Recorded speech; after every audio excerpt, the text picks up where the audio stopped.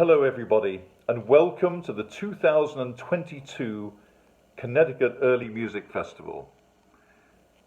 This year marks the 40th anniversary season of our festival, and it's going to be in person. I couldn't be more delighted to be able to say that. After 2 years away, the first year was cancelled entirely. The second year we had a marvellous online production. This year we're back in person, and I really look forward to seeing you all there. All our patrons, concert goers, supporters, people who've never heard of us, welcome to all of you, and hope to see you there. The very first concert is going to be a recreation of the first concert of the Connecticut Early Music Festival 40 years ago, almost to the day, within a week in fact. And it's going to be a concert of all Bach, which is always lovely.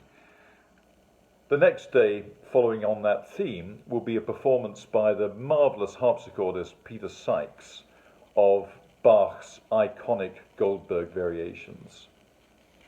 The following week, we have a Schubertiade, which is some lovely music of songs and instrumental music, as you may well have heard in Schubert's own home.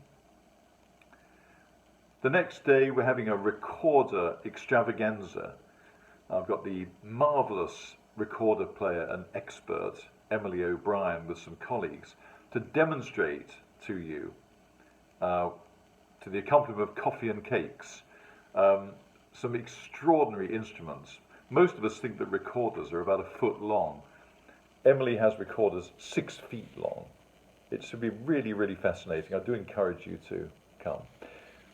Our final concert will be the Mozart Requiem and Mozart 40th Symphony, as seemed appropriate.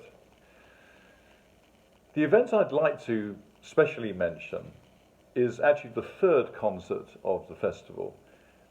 It's going to be a performance we call a Restoration Macbeth. Just a potted English history for you. The English Civil War began in 1642 and ended with the beheading of Charles I in 1649. During that time there was immense upheaval in the country, and really the arts suffered. But they suffered even more after 1649 because the Puritans took over, and really there was no theatre and no music at all for 11 years. When Oliver Cromwell died, there was a move by Parliament to reinstate the monarchy, and Charles II, who'd been living in France, was in fact reinstated to the throne in 1660, and that marked the beginning of the Restoration. Charles II was also a great lover of the arts, as well as food and wine, and he was very, very encouraging to many composers and playwrights. And there was a real burgeoning of the arts in England at that time.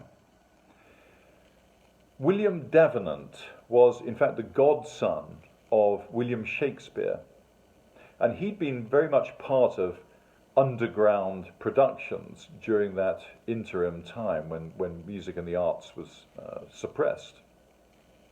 So when the Restoration happened, William Davenant became one of the key figures in the restoration of the arts, especially theatre. He took his William Shakespeare's work, Macbeth, and he added to it, he subtracted, he changed it a little bit. So what you're going to see and hear is not Shakespeare purely, but it's William Davenant's take on it.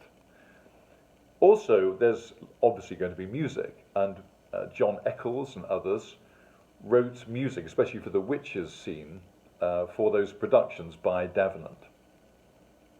So it's going to be a really fascinating exploration, which I'm very much looking forward to. We've got some marvellous actors and a narrator, actually. So it's going to be the drama interspersed with music, and the music will be underscoring. It should be really fun and a really novel experience. So I look forward to welcoming you to that and all of the other events in the festival. I couldn't be more excited. I hope you are. I'd like to offer a toast to the 2022 Connecticut Early Music Festival. Unfortunately, it's only orange juice, but that may well change. So cheers, and I hope to see you there.